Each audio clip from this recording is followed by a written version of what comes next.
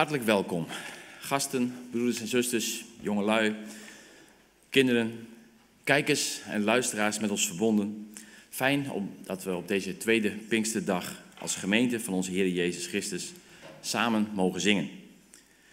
Deze dienst is voorbereid door de groep jongeren die deze zomer naar Zuid-Afrika willen reizen. Het is ook mooi om te zien dat de groep in het voorbereiden van de reis ook veel onderneemt. Hier in het dorp, hier in de gemeente. En daardoor ook mag groeien. Daar mogen we ook God voor danken. De collecte in deze dienst is voor de IANI Bible School, die de groep ook zal bezoeken in Zuid-Afrika. En tegelijk is het jammer dat ons kerkkoor Jubilate Deo niet verder kon, zoals God dat de jaren hiervoor gegeven heeft. We willen al deze dingen meenemen in ons gebed. Heere God, allereerst komen we tot u om onze afhankelijkheid uit te spreken. In deze dienst, in de reis van ons leven, alles wat op ons afkomt. Heere, dat we met u mogen gaan. Dat we allereerst willen bidden, Heere, wat wilt u dat ik doen zou? En dat we daarna onze plannen zullen maken. Heere, we willen bidden om uw Heilige Geest.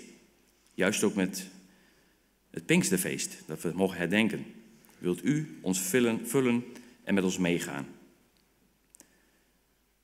Heere, er is een groep jongeren die plannen heeft om naar Zuid-Afrika te gaan.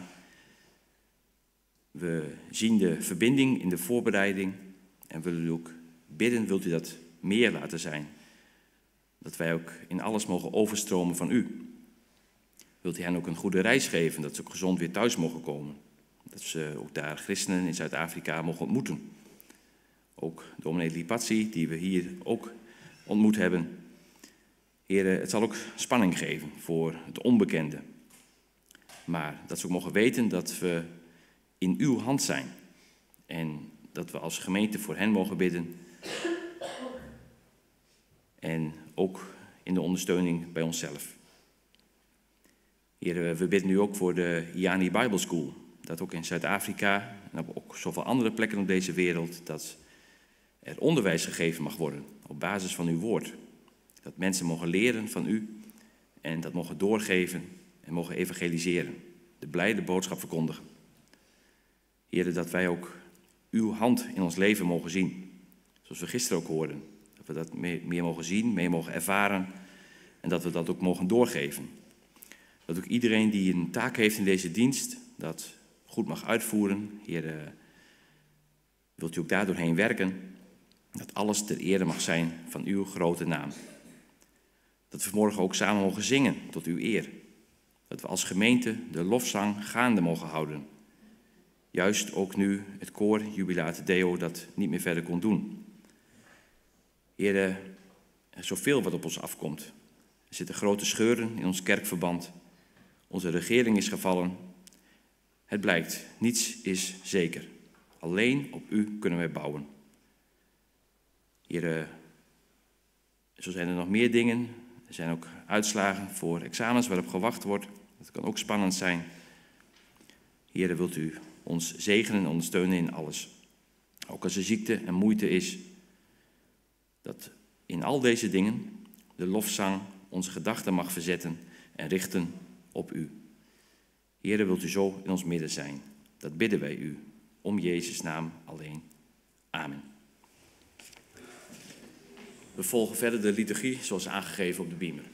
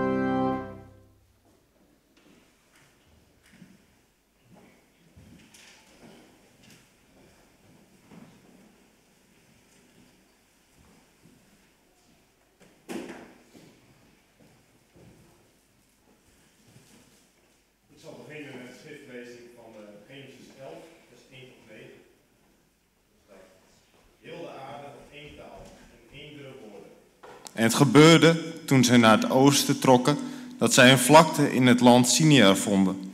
Daar gingen zij wonen. En ze zeiden alle tegen elkaar: kom, laten wij kleiblokken maken en die goed bakken. En die kleiblokken dienden hun tot steen en het asfalt diende hun tot leem. En ze zeiden: kom, laten wij voor onze stad bouwen en een toren waarvan de top in de hemel reikt. En laten we voor onze naam maken, anders worden wij over heel de aarde verspreid. Toen daalde de Heere neer om de stad en de toren te zien, die de mensenkinderen aan het bouwen waren. En de Heere zei: zie, zij vormen één volk en hebben alle één taal. Dit is het begin van wat zij gaan doen. En nu zal niets wat zij zich voornemen te doen voor hen onmogelijk zijn. Kom, laten wij neerdalen en laten wij hun taal daar verwarren, zodat zij geen van allen elkaars taal zullen begrijpen. Zo verspreidde de Heere hen vandaar over heel de aarde en zij hielden op met het bouwen van de stad. Daarom gaf men haar de naam Babel, want daar verwarde de Heere de taal van heel de aarde en vandaar verspreidde de Heere hen over heel de aarde. Ik zal met jullie Handelingen 2, vers 1 tot 11 lezen. En toen de dag van het Pinksterfeest vervuld werd, waren zij alle eensgezind bijeen. En plotseling kwam er uit de hemel een geluid als van een geweldige windvlaag, en dat vervulde heel het huis waar zij zaten. En aan hen werden tongen als van vuur gezien, die zich verdeelden, en het zat op een ieder van hen. Zij werden allen vervuld met de Heilige Geest en begonnen te spreken in andere talen, zoals de Geest hun gaf uit te spreken. Nu woonden er Joden in Jeruzalem, godvrezende mannen uit alle volken die er onder de hemel zijn. Toen dit geluid klonk, kwam de menigte samen en raakte in verwarring, want ieder hoorde hen in zijn eigen taal spreken. En zij waren allen buiten zichzelf en verwonderden zich. En zij zeiden tegen elkaar: zie, zij het niet allen Galileërs die daar spreken? En hoe kunnen wij hen dan horen, ieder in onze eigen taal, waarin wij geboren zijn? Partneeën, Meden en Elamieten en zij de inwoners van Mesopotamië, Judea, Cappadocië, Pontius en Azië, Frigië, Pamfilië, Egypte en de streken in Libië, dat bij Cyrene ligt, ook als u hier van lijven uit Romeinen, zowel Joden als proselyten, Cretanezen en Arabieren. Wij horen hen in onze taal over grote werken van God spreken. Als laatste zullen we nog een stukje uit Openbaring 7 lezen, vers 9 tot 12, waarin staat: hierna zag ik en zie een grote menigte, die niemand kon tellen, uit alle naties, stammen, volken en talen, stond voor de troon en voor het lam, bekleed met witte gewaden en palmtakken in hun hand. En zij riepen met luide stem: de zaligheid is van onze God, die op de troon zit, en van het lam. En alle engelen stonden rondom de troon, de ouderlingen en de 4 dieren. Zij wierpen zich voor de troon neer met hun gezicht ter aarde en aanbaden God. En zeiden: amen, de lofprijzing, de heerlijkheid, de wijsheid, de dankzegging, de eer, de kracht en de sterkte is aan onze God tot in eeuwigheid. Amen.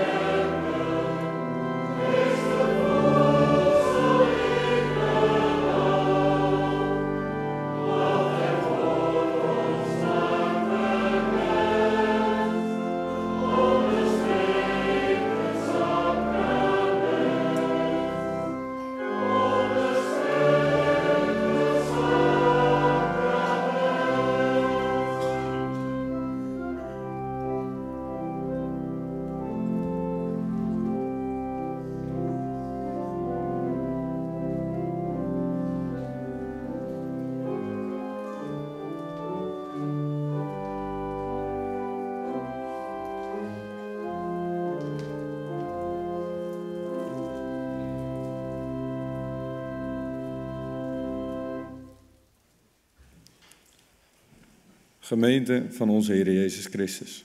Vanmorgen gaan we op citytrip. Graag ga ik 2 steden met u en jou bezoeken. Daarbij moet je niet zozeer denken aan steden als Parijs of Rome. Daar ga je naartoe voor een weekendje weg.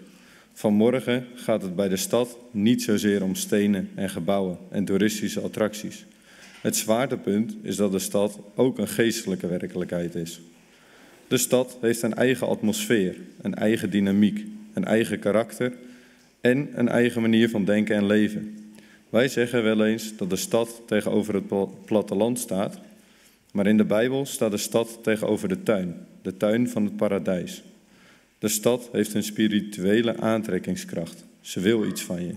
Ze wil je leven beïnvloeden, je bestaan binnendringen en jou en mij een bepaalde richting opduwen.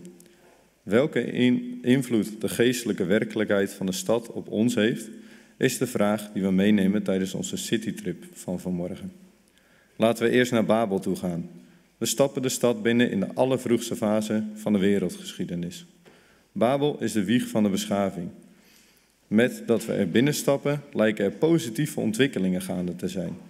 Als het geheel van de mensheid er bijeen is gekomen, lezen we: heel de aard had 1 taal en sprak eendere woorden. Je proeft hierin iets moois.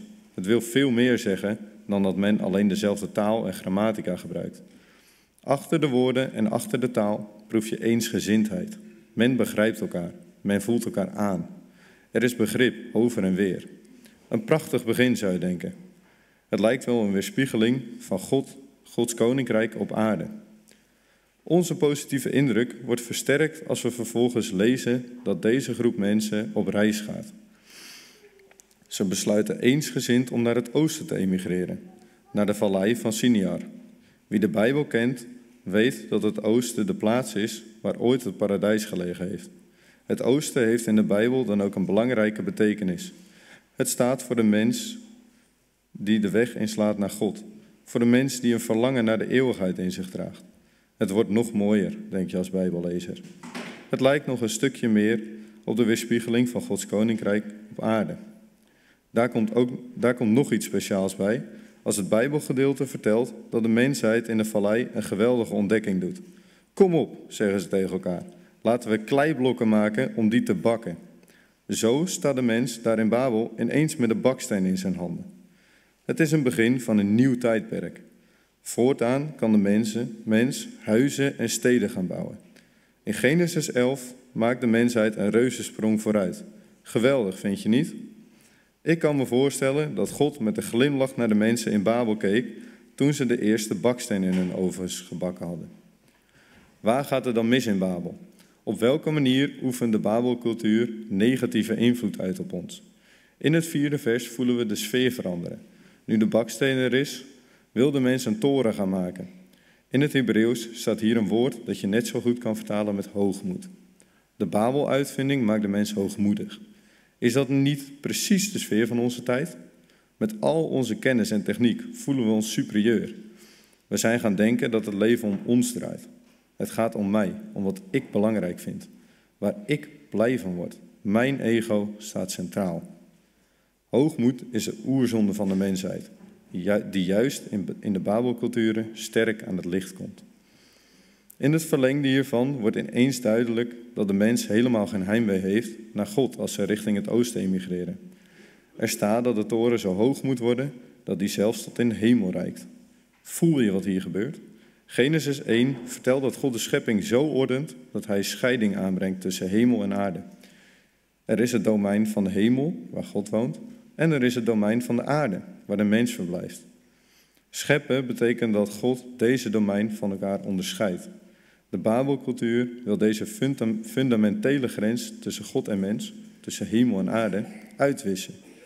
Wij willen God van zijn troon duwen en zelf God zijn tot in het diepste van onze gedachten. Daar komt ook nog bij dat de mens ongehoorzaam is aan God. Ze willen voor zichzelf een naam maken. God gaf ooit de eerste mens een naam. De eerste mens mocht alle dieren een naam geven. In die naamgeving proef je eerbied en ontzag voor de schepper.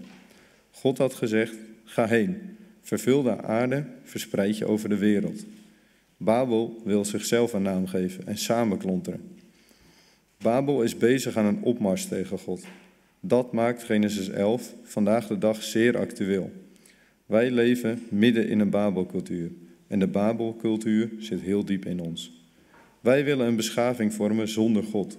Wij willen waarden en normen scheppen waarin Gods ordening weggevaagd wordt. Wij willen een leven leiden waar ik centraal sta in plaats van God. Het kan mij soms beangstigen hoe naïef we meehobbelen met het moderne leven. Peilen we de geestelijke intenties achter de dingen? Beseffen we dat onze cultuur ons in de richting duwt van een leven los van God? Wat doet God in de Babelcultuur? Trekt hij zich terug in de woningen van zijn hemels koninkrijk? Laat hij onze Babelcultuur aan ons lot over? In vers 5 lezen we iets anders. God daalt neer om het bouwproject van de stad en de toren te bekijken. Dit is een stukje humor in de Bijbel. De mens doet haar uiterste best om een toren te bouwen die tot in de hemel reikt. Je proeft hoe zinloos deze onderneming is. Maar het eerste wat God moet doen is neerdalen. Vanuit zijn oneindige hoogte moet hij de beweging maken de diepte in. In Genesis 11 daalt God neer met het oordeel. Nee, er spoelt geen vloed over de Babelstad heen, zoals bij Noach. En nee, het bliksemt ook geen vuur uit de hemel, zoals bij Sodom. Gods oordeel wordt daarin zichtbaar dat God verwarring zaait in de stad. God gooit de taal van de Babelcultuur in de war. Vaak wordt ons Bijbelgedeelte aangehaald om het ontstaan van de verschillende talen te verklaren. Het zou kunnen dat er sinds Babel duizenden talen en dialecten op aarde zijn. Mij viel op dat dat nergens in de tekst staat. Er wordt niet gesproken over uitsplitsing van verschillende talen, maar het accent ligt op verwarring. Het accent ligt niet op het spreken, maar op het horen. Zo wordt Babel de plaats waar de communicatie stokt. Er gebeurt non-communicatie, er gebeurt desintegratie. De mens was God al kwijtgeraakt, maar nu raakt men elkaar ook kwijt. Hoe actueel is dit in Nederland? Nederland is de afgelopen jaren God kwijtgeraakt. Verreweg de meeste mensen vandaag kunnen, willen of hebben niets meer met hem. Nu heb je het gevoel dat we elkaar aan het kwijtraken zijn. De politiek is versplinterd, wij begrijpen elkaar niet meer en het lukt niet om de grote vraagstukken van onze tijd constructief aan te pakken. In het internet en op straat polariseren we. We staan steeds meer tegenover elkaar dan naast elkaar. Geweld neemt toe. Zit Babel ook niet in de kerk? We lezen dezelfde Bijbel, zingen dezelfde psalmen en liederen, gebruiken dezelfde liturgie en dezelfde geloofstaal. Maar hoeveel geestelijk contact is er over en weer? Zou het kunnen dat God ook in onze tijd aan het neerdalen is in oordeel? Sticht God verwarring onder ons? Laten we ons bezoek aan Babel afronden met vers 9, waar we lezen dat de stad de naam Babel krijgt. Poort Gods betekent dat in het Babylonisch. Zo denken wij mensen, dat wij in onze hoogmoed en met al onze ontwikkelingen de hemel kunnen bestormen. Maar in het Hebreeuws betekent het verwarring. God schudt ons mensen door elkaar heen, waar we eenzaam en verward over de aarde verspreiden. Het wordt tijd voor ons tweede bezoek en daarvoor reizen we naar de stad Jeruzalem. Jeruzalem is de meest bijzondere stad op aarde, waar God in het bijzonder zijn oog op laat rusten. Door heel de Bijbel heen, van Genesis tot en met Openbaring, vormen Jeruzalem en Babel elkaars tegenpolen. Jeruzalem is de stad van God, Babel de stad van de hoogmoedige mens, Jeruzalem de stad van de vrede, Babel de stad van verwarring. Jeruzalem de stad met de eeuwige toekomst en Babel gaat haar ondergang tegemoet. Wij stappen Jeruzalem binnen op het Pinksterfeest als de geest de stad in vuur en vlam zet. Welke atmosfeer brengt dat met zich mee? Welke richting wil deze stad geven aan uw en mijn leven? Tegen de achtergrond van de Babelcultuur valt allereerst op dat de geest een nieuwe taal schept. De discipelen worden in de tempel vervuld met de Heilige Geest en beginnen te spreken in andere talen. Belangrijk is om ook hier te zien dat het accent niet ligt op de talen als zodanig, alsof de eenvoudige discipelen ineens zonder studie elke vreemde taal en elk vreemd dialect beheersen. Het gaat hier om veel meer dan het kale feit van de talen alleen. Er komt nieuwe communicatie op gang. Waar God in Babel afdaalde met oordeel, zo daalt de geest in Jeruzalem neer in genade. De geest wil de non-communicatie tussen God en mens ongedaan maken. De lijnen richting de hemel worden weer geopend. God zoekt op een genadige en nieuwe manier contact. Uit alle delen van de toenmalige wereld waren de mensen bijeen op het Tempelplein. De geest raakte hen aan in de taal van hun hart. Tegen de achtergrond van de Babelcultuur valt in Jeruzalem op hoezeer de geest via de nieuwe taal ook een nieuwe gemeenschap schept. Als de geest de stad in vuur en vlam zet, komen duizenden mensen tot geloof. Ze geloven niet in een eentje. De Pinkstergeest schept een nieuwe gemeenschap.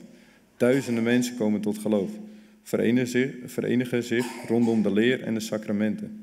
De christelijke kerk komt tot bloei. Juist in de Babelcultuur van vandaag mogen we bidden dat de geest ons als christenen bijeenbrengt. Dat we tegen alle trends van individualisme beseffen dat we elkaar nodig hebben om de hoogte en de diepte en de breedte en lengte van het evangelie te begrijpen. Op Pinksteren is onze roeping om een Pinkstergemeente te zijn. Een gemeente waarin de geest de grenzen doorbreekt. Tussen God en mij en tussen de naaste en mij. Zodat in de verwarde wereld van vandaag er een nieuwe gemeenschap opbloeit waarin geloof, hoop en liefde centraal staan. Tegen de achtergrond van de Babelcultuur valt in Jeruzalem op hoezeer de naam van Jezus het middelpunt vormt. Het meest cruciale op Pinksteren is dat de geest ruimte maakt voor verkondiging. Petrus krijgt het podium en houdt een lange preek. Daarin neemt hij zijn publiek mee naar Jezus. Hij sabelt de mensen neer. Jullie hebben Jezus gekruisigd. Hij geeft God de eer. God heeft zijn zoon opgewekt uit de donkerte van de dood. Als duizenden mensen in hun hart geraakt zijn, zegt Petrus, en dat vormt de rode draad van het Handelingenboek, het gaat om de naam van Jezus. Dat is de enige naam onder de hemel, gegeven tot zaligheid. Bekeer je en je mag in Jezus' naam gedoopt worden. Je zonden worden je vergeven en je mag de gave van de geest ontvangen. Zo maakt de geest in hartje Jeruzalem ruim baan voor de verkondiging van de naam van Jezus Christus. Hoe intens mogen wij hier 2000 jaar later ook naar verlangen? Dat het in mijn leven en in de kerk vandaag niet draait om mijn ego, dat er ruimte komt voor Christus in ons. Ons gebed mag zijn, Heilige Geest, maak ook onze liturgie en gemeente zo dat Christus' naam de eer ontvangt. Dat we leven onder zijn invloedssfeer, zijn genade, zijn liefde. Dat is waar de geest met Pinkster op uit is. Gemeente, een citytrip langs 2 steden. Babel, de stad van de mens in rebellie tegen God, de stad van verwarring. En Jeruzalem, de stad waar de geest je aanspreekt in de taal van je hart. Waar ruimte komt voor Christus. In welke stad leeft u? Leef jij? Leef ik? Vanmorgen nodig ik je uit Babel te verlaten. Treed de poorten van Jeruzalem in, de stad waar de wereldgeschiedenis op uitloopt. De stad waarin God zal zijn, alles en in allen. Amen. De gelezen preek is geschreven door K.M. Theo.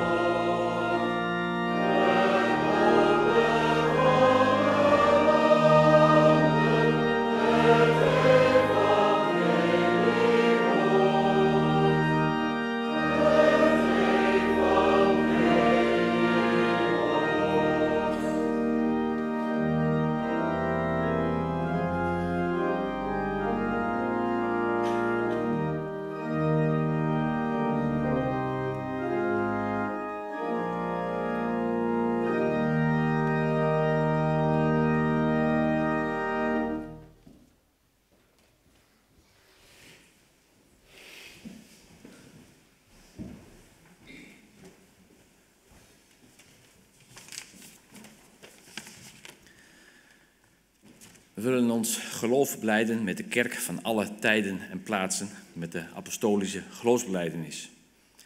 Dus spreek het mee in uw en jouw hart. Ik geloof in God de Vader, de Almachtige, schepper van de hemel en de aarde. En in Jezus Christus, zijn enige geboren Zoon, onze Heere, die ontvangen is van de Heilige Geest, geboren uit de maagd Maria, die geleden heeft onder Pontius Pilatus, is gekruisigd, gestorven en begraven, is neergedaald in het rijk van de dood. Op de derde dag opgestaan van de doden, opgevaren naar de hemel en zit aan de rechterhand van God, de Almachtige Vader, van waar hij komen zal om te oordelen de levenden en de doden. Ik geloof in de Heilige Geest, die is uitgestort, ook aan mij. Ik geloof één heilige, algemene christelijke kerk, de gemeenschap der heiligen, de vergeving van de zonden, de opstanding van het vlees en het eeuwige leven. Amen. Zullen we u danken. Heere God, u bent een getrouwe Vader. U hebt in deze dienst de rust gegeven om talenten te kunnen gebruiken die u gegeven hebt. Heere, wat is het mooi en goed om te zien dat uw werk doorgaat bij jongeren en ouderen. Heere, dat we dat mogen zien, dat we mogen weten dat we niet alleen zijn, dat u met ons meegaat door uw Heilige Geest. Heere, wilt u in ons hart werken, dat we de lofzang mee mogen nemen, ons leven in, de week die voor ons ligt, dat er weer van alles op ons afkomt, maar dat we standvastig mogen blijven bij wat u geeft. Heere, wilt u ook wijsheid geven, door uw Heilige Geest, in de leiding van uw kerk. Hier bij de kerkenraad, in heel ons kerkverband, waar ook zoveel moeite is, ook bij regering, op allerlei plaatsen. Heere, uw wijsheid is nodig. En dat we dan mogen zoeken naar het Jeruzalem en niet naar het Babylon.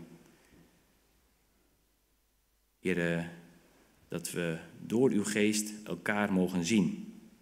In alle verscheidenheid. U hebt ons allemaal ook anders gemaakt. Onze eigen talenten, onze eigen karakter. Maar dat we samen mogen bouwen in uw kerk. Heere, wilt u van ons wegdoen, alles wat niet was naar uw wil. Heere, wilt u ons zegenen op de plek waar we gesteld zijn. Heere, we belijden toch in alles onze afhankelijkheid van u. Om Jezus wil alleen. Amen.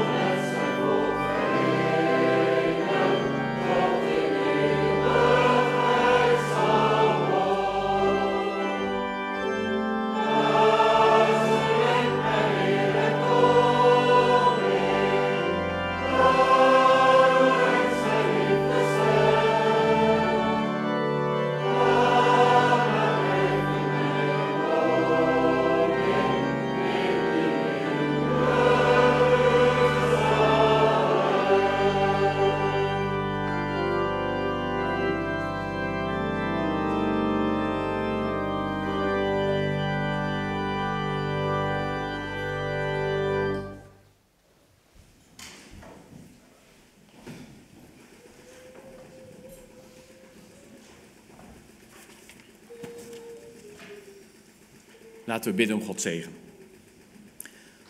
O Vader, dat uw liefde ons blijk. O Zoon, maak ons uw beeld gelijk. O Heilige Geest, zend uw troost ons neer. Drie-enig God, u zij al de eer. Amen.